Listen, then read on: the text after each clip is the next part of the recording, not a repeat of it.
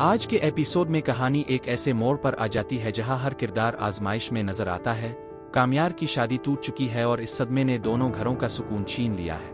گھر میں سب کو فکر ہے کہ کامیار کی طبیعت بھی ٹھیک نہیں، وہ خاموش ہے، کمزور ہے اور زیادہ بات نہیں کر رہا، اور والد اسے آرام کا مشورہ دیتے ہیں اور کہتے ہیں کہ صبح بات کریں گے، کیونکہ کچھ زخم رات کو نہیں وقت کے ساتھ بھر پاتے ہیں۔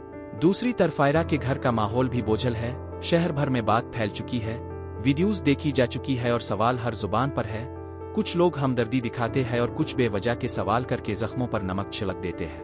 آئرہ اپنی ماں سے بات کرتے ہوئے ٹوٹ جاتی ہے اور وہ کہتی ہے کہ اس نے کبھی کسی کو اپنی زندگی میں اس حد تک جگہ نہیں دی تھی۔ وہ ہمیشہ یہی سوچتی رہے کہ پہلے اپنے قدموں پر کھڑی ہوگی، پھر شادی کرے گی اور محبت وقت کے ساتھ آ جائے گی، لیکن جو نفرت اور درداج اس کے دل میں ہے وہ اس کے قابو میں نہیں رہا۔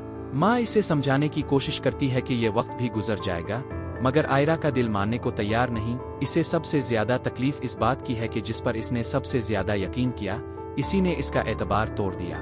اسی دوران کچھ رشتہ دار افسوس کے بہانے نئے رشتے کی بات لے آتے ہیں، جس سے آئرہ مزید خاموش ہو جاتی ہے۔ یہ وہ لمحہ ہوتا ہے جہاں لفظ کم اور آنسو زیادہ ہو جاتے ہیں۔ ادھر کامیار کے گھر میں بھی صورتحال صاف نہیں۔ اس کی والدہ کہتی ہی کہ وہ بدل گیا تھا، ذمہ دار ہو گیا تھا، مگر اب سب کچھ ایک سوال بن چکا ہے۔ نئی ویڈیوز سامنے آنے کے بعد گھر کے افراد بھی الجھن میں ہی کہ سچ کیا ہے اور جھوٹ کیا۔ کامیار خود کو بے قصور سمجھتا ہے اور وہ کہتا ہے کہ اسے کچھ یاد نہیں اور وہ آئرہ سے کبھی دھوکہ نہیں کر سکتا، اور مگر سب سے زیادہ تکلیف اسے اس بات کی ہے کہ آئرہ نے اسے وضاحت تک نہیں مانگی، اور وہ اندر ہی اندر ٹوٹ جاتا ہے اور غصے میں یہ کہہ دیتا ہے کہ اب وہ خود کو بدلنے کی کوشش نہیں کرے گا۔ یہ الفاظ اس بات کا اشارہ ہی کہ کامیار ایک بار پھر اپنی پرانی راہ پر لوٹنے والا ہے۔ ایک ایسا فیصل حجو آنے والے وقت میں سب کے لیے خطرناک ثابت ہو سکتا ہے۔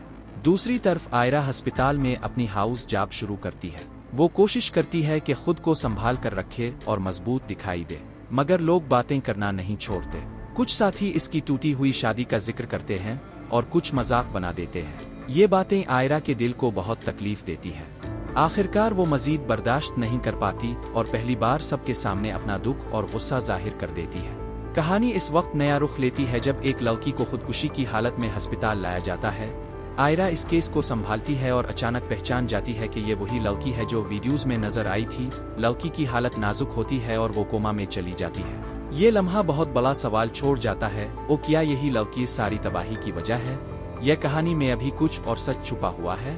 یہ وہ لمحہ ہے جہاں دیکھنے والا خود سوچنے لگتا ہے کہ غلطی کس کی ہے اور نقصان کس کو ہوا ہے۔ آپ کا کیا خیال ہے؟ کیا کامیار واقعی بے قصور ہے؟ یہ آئرہ کا فیصلہ درست تھا؟ کمنٹ میں اپنی رائے ضرور دے۔